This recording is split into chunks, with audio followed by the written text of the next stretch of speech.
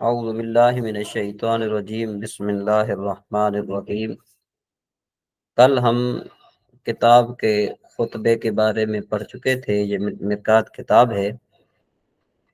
اب ہم مقدمہ کا ذکر کریں گے، مقدمے کا بیان پڑھیں گے۔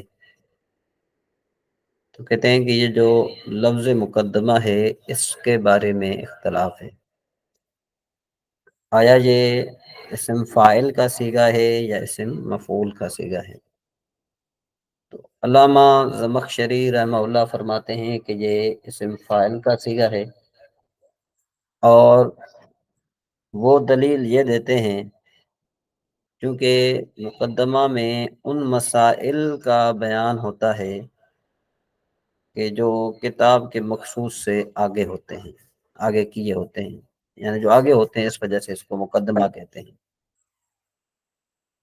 اور عبداللہ یزدی جو ہے وہ یہ بیان کرتا ہے، کہتا ہے کہ یہ اسم مفعول کا صیغہ ہے، تو اس کا معنی ہوگا آگے کیا ہوا۔ اب اس کی مناسبت کیا ہے؟ اس کے کہتے ہیں کہ اس کی مناسبت یہ ہے کہ اس میں ان مسائل کو بیان کیا گیا ہوتا ہے کہ جو کتاب کے مقصود سے آگے کیے ہوتے ہیں، جو کتاب کے مقصود سے آگے کیے ہوتے ہیں، کیونکہ وہ بھی جو ہے نا آگے کیے ہوتے ہیں، اور آگے کیا ہونا یعنی آگے کیا جانا، یہ اسے مفعول کے معنی میں آتا ہے، اس وجہ سے یہ کہتے ہیں یہ مقدمہ ہے۔ اب رہی یہ بات کہ یہ جو مقدمہ ہے، مقدمہ یہ باب تفعیل سے ہے۔ جب یہ مقدمہ باب تفعیل سے ہے اور اس کو باب تفاعل کے معنی میں لیا گیا ہے باب تفعیل، لیکن اس کو کس کے معنی میں لیا گیا ہے؟ تفاعل کے معنی میں لیا گیا ہے۔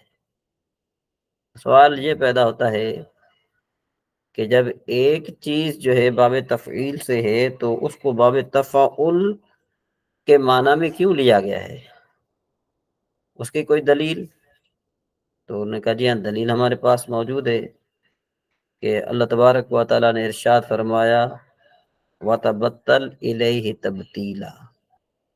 یہاں پر یہ جو تبتلا ہے یہ باب تفاعل ہے، تفاعل میں سے، اور آگے اس کا اسم مفعول جو مفعول مطلق جو ذکر کیا گیا ہے وہ ذکر کیا گیا تبدیل، تبتیلا۔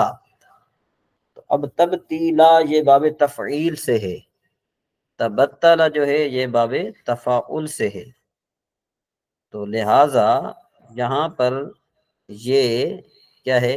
یہ تفاعل باب تفاعل جو ہے نا، سوری باب تفعیل جو ہے باب تفاعل باب تفعیل کے معنی میں ہے، تو لہذا یہ کرنا درست ہے۔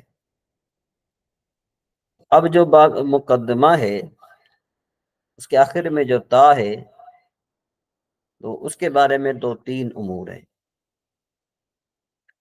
کہ یا تو یہ باعتبار موصوف لائی گئی ہے، ٹھیک ہے نا جی، جیسے دیکھو الامور المقدمات، یعنی علم بنانے کے لیے، یعنی وصفیت سے علمیت کی طرف نقل کرنے کے لیے، ٹھیک ہے جی۔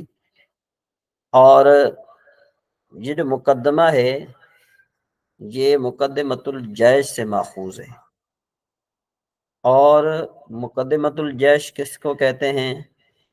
کہتے ہیں مقدمۃ الجیش اس چھوٹے دستے کو کہا جاتا ہے کہ جو لشکر سے پہلے میدان میں جائے اور وہاں پر جا کر انتظار کرے، وہاں پر جا کر ان کا انتظام کرے، ٹھیک ہے نا۔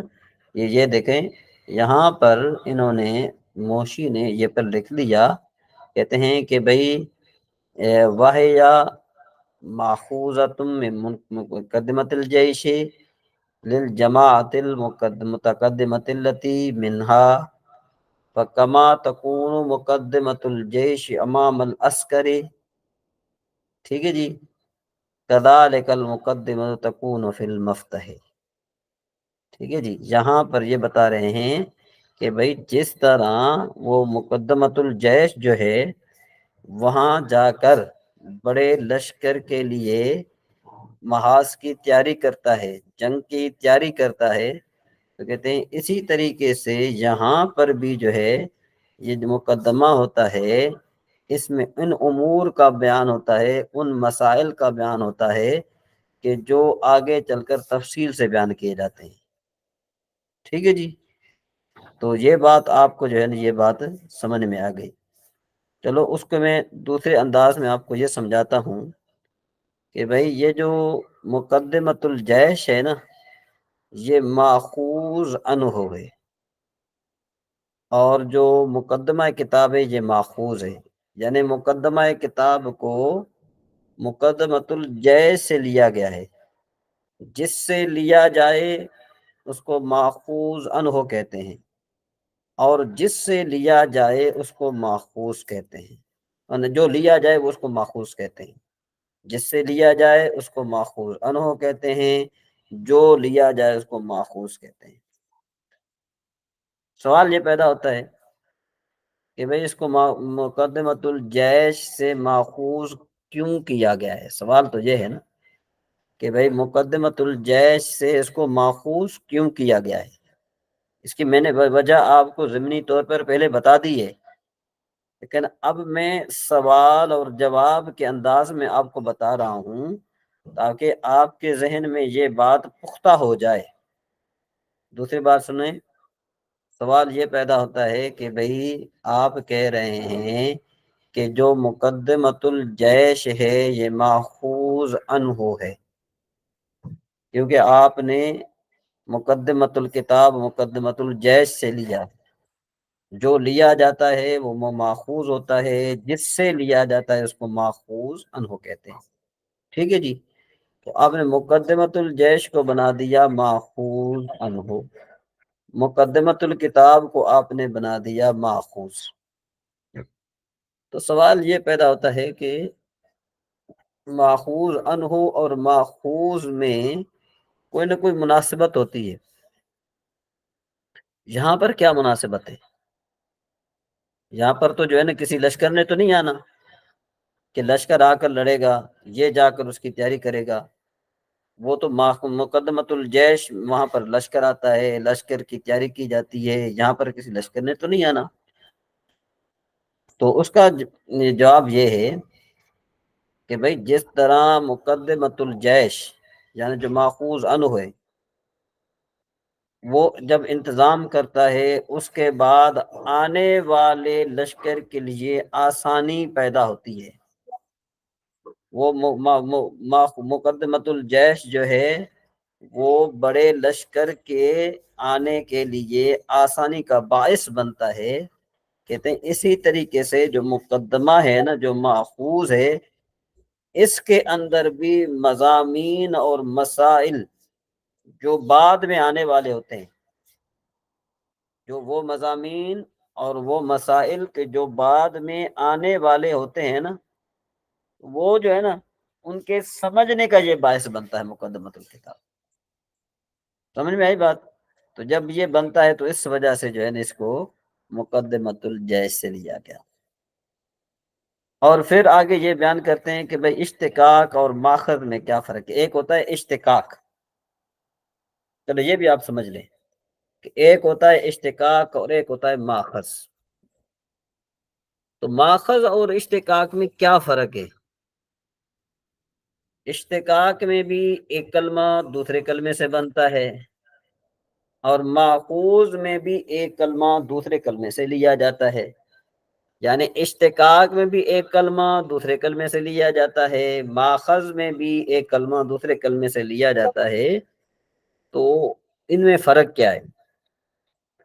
تو کہتے فرق یہ ہے کہ ماخذ کو محاورے اور فکرے سے پکڑتے ہیں، محاورے سے یا فکرے سے پکڑتے ہیں، جبکہ اشتقاق میں کلمے کو مصدر سے پکڑتے ہیں۔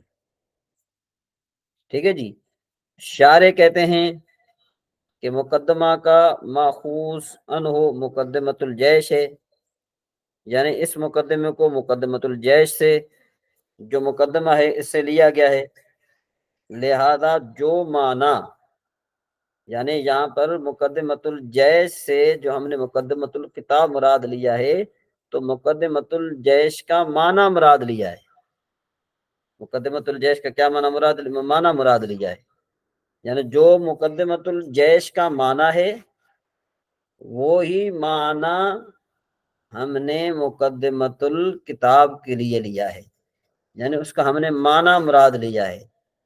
بات سمجھ میں آ رہی ہے کہ نہیں آ رہی؟ اور جو ہوتا ہے اشتقاق، اس کے کیا کیا جاتا ہے، اس میں ایک کلمہ دوسرے کلمے سے بنایا جاتا ہے اور اس کلمے میں مصدری معنی کا لحاظ بھی کیا جاتا ہے۔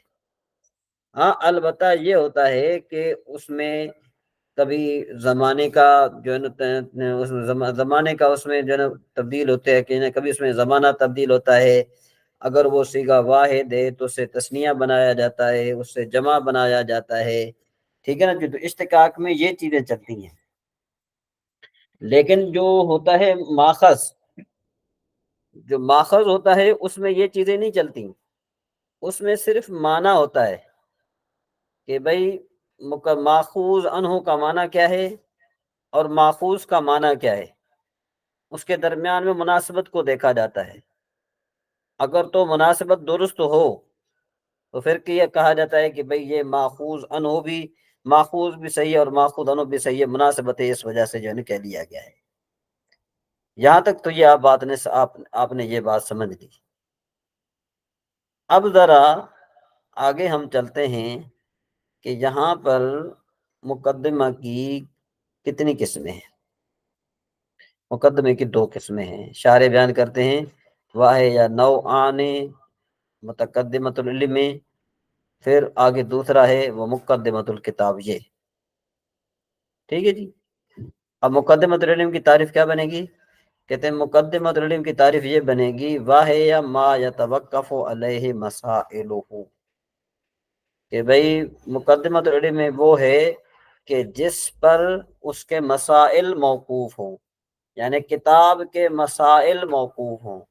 آپ دوسرے الفاظ میں آپ یوں بھی کہہ سکتے ہیں کہ جو مقدمہ ہے وہ بمنزلہ بنیاد کے ہے، تو چونکہ بنیاد پر مکان موقوف ہوتا ہے، بنیاد پر مکان کھڑا ہوتا ہے، ٹھیک ہے نا جی، مکان کھڑا ہوتا ہے، تو اسی طریقے سے مقدمۃ العلم میں بھی ایسے مسائل کا ذکر ہوتا ہے کہ جس میں علم کے مسائل موقوف ہوتے ہیں، ٹھیک ہے جی۔ جس طرح دیکھیں کہ معرفت حد ہی، علم کی تعریف کہ بھئی علم کیا ہے، وہ غایت ہی، علم کی غایت کیا ہے، وہ موضوع ہی، اور اس کا موضوع، یعنی اس میں مقدمے میں ان 3 چیزوں کا بیان ہوتا ہے۔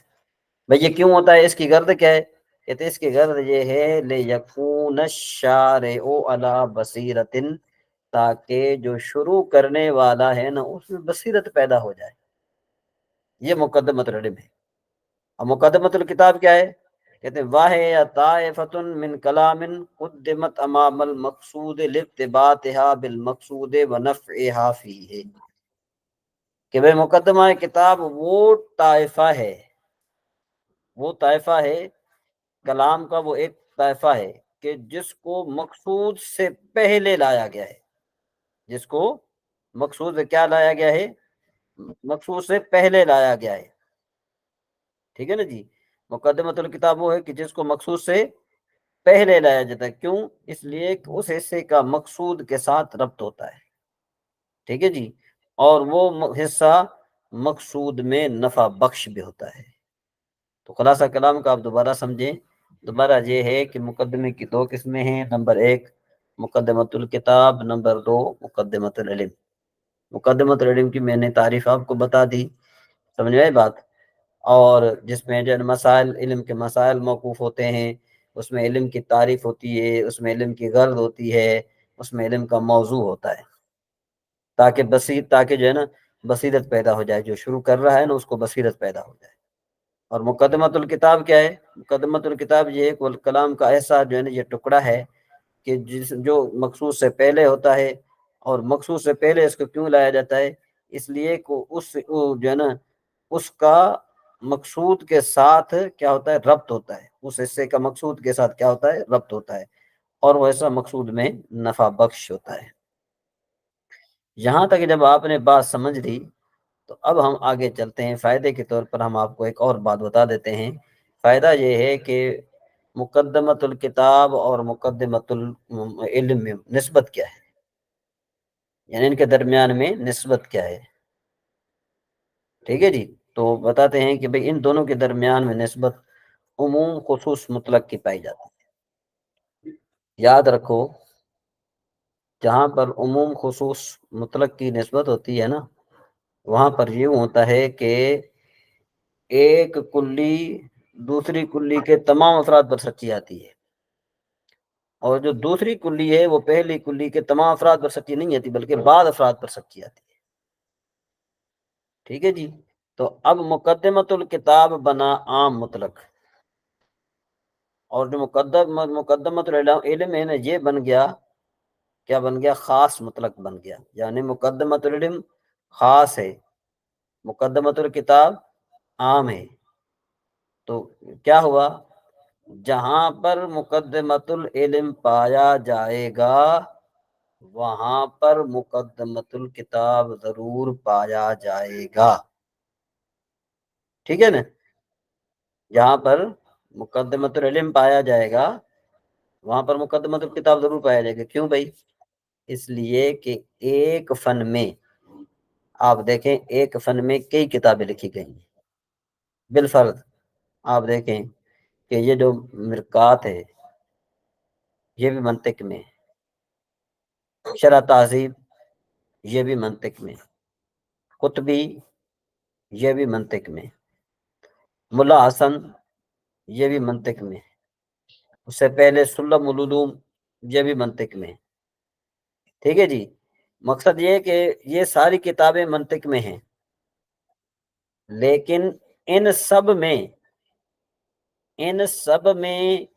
جو مقدمہ ہے نا، اس میں جو مقدمۃ الکتاب ہے وہ علیحدہ علیحدہ ہے۔ مرکات کا مقدمہ علیحدہ، شرح تہذیب کا مقدمہ علیحدہ، قطبی کا مقدمہ علیحدہ، اور اسی طریقے سے آپ اگر آ جائیں میر قطبی بھی تو چلو قطبی کے ساتھ چلتی ہے، تو یوں اگر آپ کہیں ملا جلال تو اس کا خطبہ علیحدہ۔ تو جو مقدمۃ الکتاب ہے یہ عام ہے، یعنی کئی مقدمے ہیں، لیکن جو مقدمۃ العلم ہے، جو منطق کا مقدمہ، وہ ایک ہے۔ تو جب یہ ایک ہے، یعنی جہاں جہاں پر بھی منطق کی کتاب ہے اور اس منطق کی کتاب میں جو مقدمہ ہوگا تو وہ اس کتاب کا مقدمہ بھی ہوگا، مقدمۃ العلم بھی ہوگا۔ کہنے کا مطلب یہ ہے کہ اگر میں کہوں کہ یہ مقدمہ علم منطق کا ہے، اس کا مطلب ہوگا کہ وہاں جو ہے نا، اس کا مطلب کیا ہوگا کہ جہاں پر مقدمۃ العلم کا ہوگا تو میرے ذہن میں ضرور آئے گی یہ بات، آپ کے ذہن میں بھی یہ بات ضرور آئے گی، ضرور یہ کسی نہ کسی کتاب کا جو ہے نا وہ مقدمہ ہوگا۔ اور اگر میں کہوں کہ بھائی یہ جو ہے نا کیا ہے کہ یہ مقدمۃ الکتاب ہے، سمجھے؟ مقدمۃ الکتاب تو عام ہو گیا نا، اور مقدمۃ علم جو ہے نا وہ خاص مطلق ہے، یعنی جہاں پر مقدمۃ الکتاب پایا جائے گا ضروری نہیں کہ وہاں پر مقدمۃ العلم بھی پایا جائے۔ ہاں، یہ ضروری ہے کہ جہاں پر مقدمۃ العلم پایا جائے تو وہاں پر مقدمۃ الکتاب کا پایا جانا ضروری ہے۔ ٹھیک ہے جی، تو اب ہم ذرا آگے چلتے ہیں کہ بھائی پہلی بات تو یہ ہے کہ یہ تو بات جب آپ نے سمجھ لی مقدمے کی، مقدمۃ الکتاب اور مقدمۃ العلم میں نسبت آپ نے سمجھ لی۔ اب کہتے ہیں کہ مقدمے کے متعدد معنی ہیں۔ مثلا ایک اور بیان کرتا ہوں آپ کے کہ بھائی قیاس کے صغرا کبرا کو بھی مقدمہ کہا جاتا ہے۔ آگے پڑھیں گے، آپ آگے پڑھیں گے، قیاس ہوتا ہے ایک، اس میں کیا ہوتا ہے کہ جو قیاس کا جو پہلا جز ہوتا ہے اس کو صغرا کہتے ہیں، اور قیاس کا جو دوسری جز ہوتی ہے اس کو کبرا کہا جاتا ہے۔ یعنی صغرا اور کبرا کو آپ ملائیں تو یہ بنتا ہے مقدمہ۔ بات سمجھ میں آ رہی ہے کہ نہیں؟ کہ بھئی ایک آگے چل کر قیاس بنتا ہے، قیاس جو ہے نا اس کو میں بتاؤں گا آپ کو کہ بھئی قیاس کا جو پہلا جز ہوتا ہے اس کو صغرا کہتے ہیں، اور قیاس کا جو دوسرا جز ہوتا ہے اس کو کبرا کہتے ہیں۔ تو صغرا اور کبرا کو آپ ملائیں تو یہ بنتا ہے مقدمہ، ٹھیک ہے جی۔ اسی طریقے سے کہتے ہیں کہ ان امور کو بھی مقدمہ کہا جاتا ہے جن پر دلیل کا صحیح ہونا موقوف ہو، ٹھیک ہے نا، جیسے جس کا صحیح پر یعنی جس پر دلیل کا صحیح ہونا موقوف ہو۔ بالفرض ایک شکل ہے، شکل اول، شکل اول کی شرائط میں سے ہے ایجاب صغرا کلیت کبرا۔ ایجاب صغرا کلیت کبرا یہ بھی جو ہے نا کیا ہے کہ مقدمہ ہے، ایجاب صغرا کلیت کبرا۔ اب اس پر دلیل جو ہے صحیح ہے، تو اب اس حوالے سے جو ہے نا مقدمہ میں یہاں پر میں نے آپ کو بتا دیا کہ مقدمہ سے مراد یہاں پر وہ مقدمہ نہیں ہے جو قیاس کا مقدمہ ہو، یا اس سے مراد وہ نہیں ہے جس پر دلیل موقوف ہو، دلیل کا صحیح ہونا موقوف ہو، وہ نہیں ہے مراد۔ یہاں پر مقدمۃ الکتاب مراد ہے وہ امور، یعنی اس میں ان امور کا ذکر کیا جائے کہ جس میں کتاب کے مسائل موقوف ہوں، جس پر کتاب کے مسائل موقوف ہوں۔ یہ بات آپ نے سمجھ لی۔ اس کے بعد آپ چلتے ہیں آگے کہ بھائی مقدمہ کی ترکیب میں کئی احتمالات ہیں، ٹھیک ہے جی۔ بعد نے کہا کہ یہ خبر ہے مبتدا محذوف کی، تو اصل عبارت یوں بنے گی ہذہ مقدمۃ، اور بعد نے کہا جی یہ خبر ہے، یہ مبتدا ہے اور اس کی خبر محفوظ ہے، تو یہ بنے گا پھر مقدمۃ ہذہ، ٹھیک ہے جی۔ اور بعد نے کہا نہیں یہ مفعول بہی ہے فقط، تو کس طرح ہوگا پھر؟ یہ ہوگا احفظ، احفظ یا احفظ کا ہوگا احفظ، تو اصل عبارت کیا بنے گی؟ احفظ مقدمتن، مقدمتن احفظ مقدمتن، ٹھیک ہے جی۔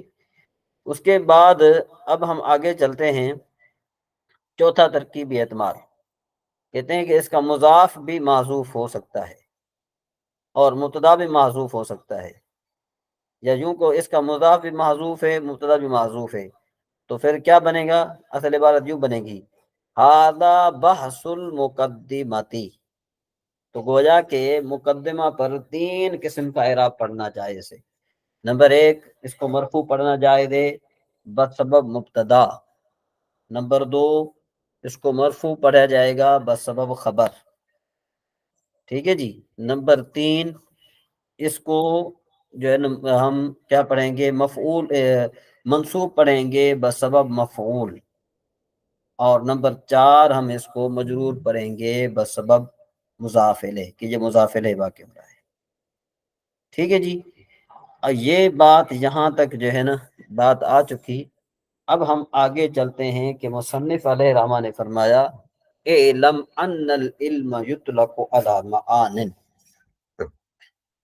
کہ یہ جو علم ہے مطلق معانی پر اس کا اطلاق کیا جاتا ہے۔ تو اصل میں یہاں پر جو ہے تین چیزیں، یہاں پر جو ہے نا علم کا استعمال جو ہے نا کلام عرب میں تین چیزوں کے لیے کیا جاتا ہے۔ علم کا استعمال جو ہے کلام عرب میں تین چیزوں کا استعمال کے لیے کیا جاتا ہے۔ نمبر ایک، کہ بھئی یہ کسی سوال مقدر کا جواب دینے کے لیے۔ نمبر دو، کسی مقام پر سوال کرنے کے لیے، ایک سوال کا جواب دینے کے لیے نا، سوال مقدر کا جواب دینے کے لیے۔ دوسرا یہ ہے کہ کسی مقام پر سوال کرنے کے لیے، جان لے، جان لے، ٹھیک ہے نا جی۔ تو اس طرح، یا کبھی کبھی تحقیق مقام کو ظاہر کرنے کے لیے جو ہے نا علم کو لایا جاتا ہے۔ تو یہاں پر جو ہے علم کو جو لایا گیا ہے وہ تحقیق مقام کے لیے لایا گیا ہے، علم کو تحقیق مقام کے لیے لایا گیا ہے۔ تو جب علم کو تحقیق مقام کے لیے لایا گیا ہے تو اس کی اب ہم ذرا آگے تحقیق کرتے ہیں۔ میرے خیال میں یہاں پر جو ہے تقریباً یہ آپ کے لیے کافی ہو گیا ہے کہ چونکہ مقدمے کی ایک بحث تھوڑی لمبی ہے، اس کو میں نے آپ کے سامنے کھول کر رکھا ہے، پھر آگے جب اگر علم کی ہم تعریف کریں گے تو آگے چل کر یہ پھر تھوڑی لمبی بحث ہے، تقریباً یہ بھی آدھا گھنٹہ چلا جائے گا، تو اس وجہ سے یہ انشاءاللہ میں آپ کے نیکسٹ ٹائم جو ہے نا وہ آپ کو میں بیان کروں گا، جہاں تک آپ جو ہے نا یہ بات اچھے طریقے سے ذہن میں رکھ لیں، انشاءاللہ مزید پھر اگلے سبق میں ہماری ملاقات ہوگی۔ السلام علیکم ورحمۃ اللہ وبرکاتہ۔